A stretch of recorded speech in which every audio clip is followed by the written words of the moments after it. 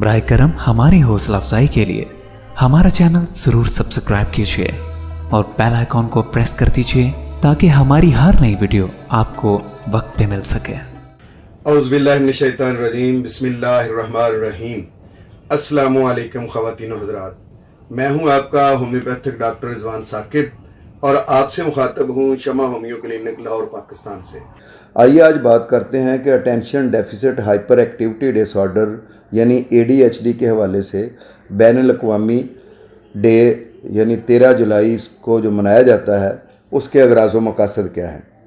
اس دن کا مقصد خاندانوں اور معاشرے میں اس ڈس آرڈر کو تسلیم کرنے اور قبول کرنے کی اہمیت کے بارے میں بیداری پیدا کرنا ہے، نیز ڈس آرڈر کی ایک منصفانہ، معاون، متوازن اور قابل احترام دنیا کو فروغ دینا ہے۔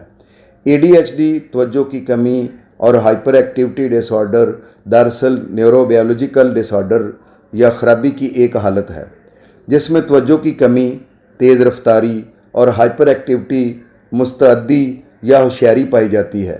اس خرابی کی اصطلاح کا مطلب یہ ہے کہ اس کا ظہار خاندان، اسکول اور سماجی زندگی میں مداخلت کرتا ہے۔ یہ عام طور پر لڑکیوں کے مقابلے میں لڑکوں میں زیادہ دیکھا جاتا ہے۔ لاپرواہی، تیز رفتاری اور ہائپر ایکٹیویٹی کی علامات زیادہ تر تنہا یعنی اکیلے طور پر بھی ہو سکتی ہیں یا مجموعے کی صورت میں بھی ظاہر ہوتی ہیں۔ اس لیے ضروری ہے کہ جلد از جلد درست تشخیص ہو جائے۔ اگر اس طرف توجہ جلد کی جائے اور مختلف پہلوؤں کو مد نظر رکھ کر کی جائے تو یہ اس سلسلے میں والدین، اساتذہ اور معالجین کے درمیان باہمی تعاون کو برقرار رکھنے میں معاون ثابت ہو سکتا ہے۔ ADHD دنیا بھر میں 5 سے 7% بچوں اور 4 سے 5% بالغوں کو متاثر کرتا ہے۔ یہی وجہ ہے کہ 2012 سے WHO نے نامور محقق ڈاکٹر رسل بارکلے کی تجویز کو تسلیم کیا کہ 13 جولائی کو ADHD سے آگاہی کا عالمی دن قرار دیا جائے۔ اس دن کے منانے کا مقصد یہ ہے کہ ADHD کے بارے میں بے ترتیب کوششوں کو یکجا کیا جائے، یعنی ADHD کے حوالے سے جو کام ہو چکا ہے یا ہو رہا ہے اسے ایک دھارے میں لایا جائے۔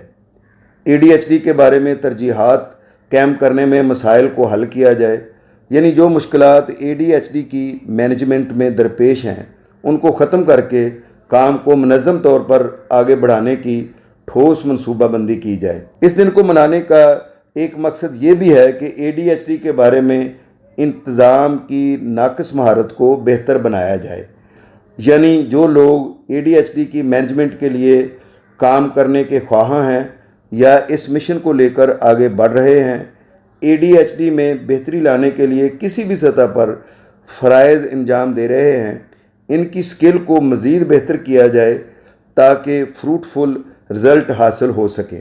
کسی کام پر توجہ مرکوز کرنے میں دشواری، ضرورت سے زیادہ جسمانی اور ذہنی سرگرمی یا بے چینی کو کیسے نارمل کیا جائے، اس کے بارے میں لوگوں کو آگاہی دی جائے اور ان کی تربیت کی جائے تاکہ ADHD میں مبتلا افراد کی پراپر طریقے سے ہیلپ کی جا سکے۔ اس کے لیے پہلا قدم اس حالت کو خاندان کے افراد کا قبول کرنا ہے۔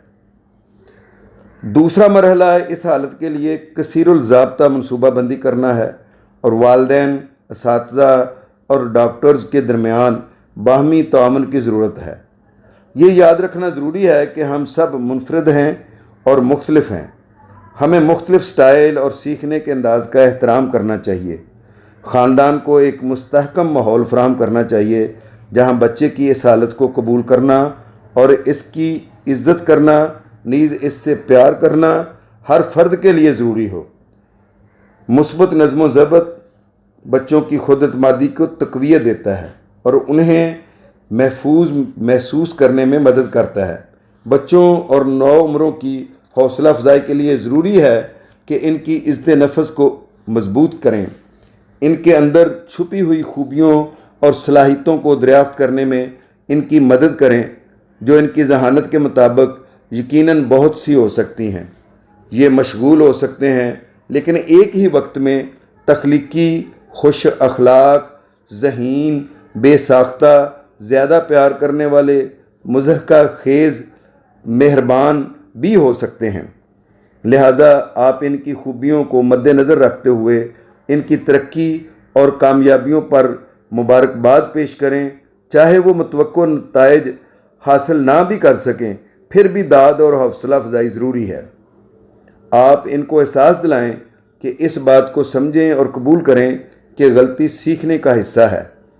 اگر یہ آسانی سے مایوس ہو جاتے ہیں تو آپ ان کو مزید جستجو کرنے اور متبادل ذرائع فراہم کرنے میں مدد کریں۔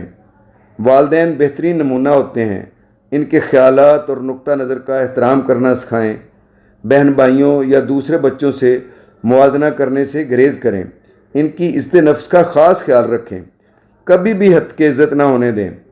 تنظیمی صلاحیت کو فروغ دینے کے لیے کام کرنے کے لیے ایک آرام دہ جگہ تلاش کرنے میں ان کی مدد کریں، جس میں ممکنہ حد تک کم شور شرابہ یا خلفشار ہو۔ ضروری مواد پہلے سے تیار کر کے اپنے کام کی منصوبہ بندی اور ترتیب دینا سکھائیں۔ اپنا شیڈول بنانے میں رہنمائی کریں۔ ان لوگوں کے لیے تکنیکی ٹولز استعمال کریں۔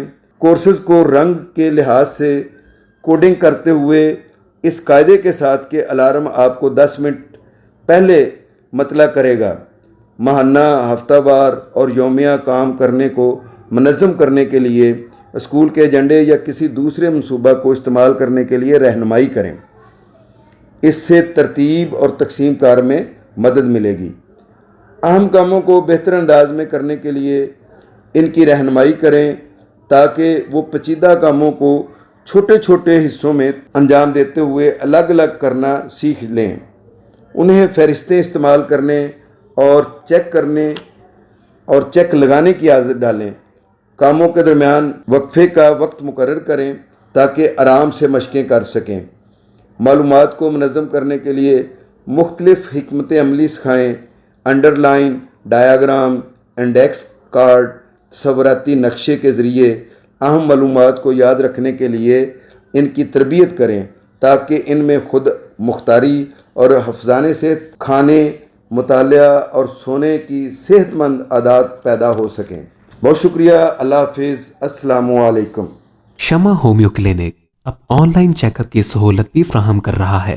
دنیا کے کسی بھی کونے سے اب آپ گھر بیٹھے کسی بھی مرض کے بارے میں آڈیو اور ویڈیو کال کے ذریعے مشورہ کر سکتے ہیں۔ مزید معلومات کے لیے رابطہ کیجیے 0303 7578 803 0303 7578 803۔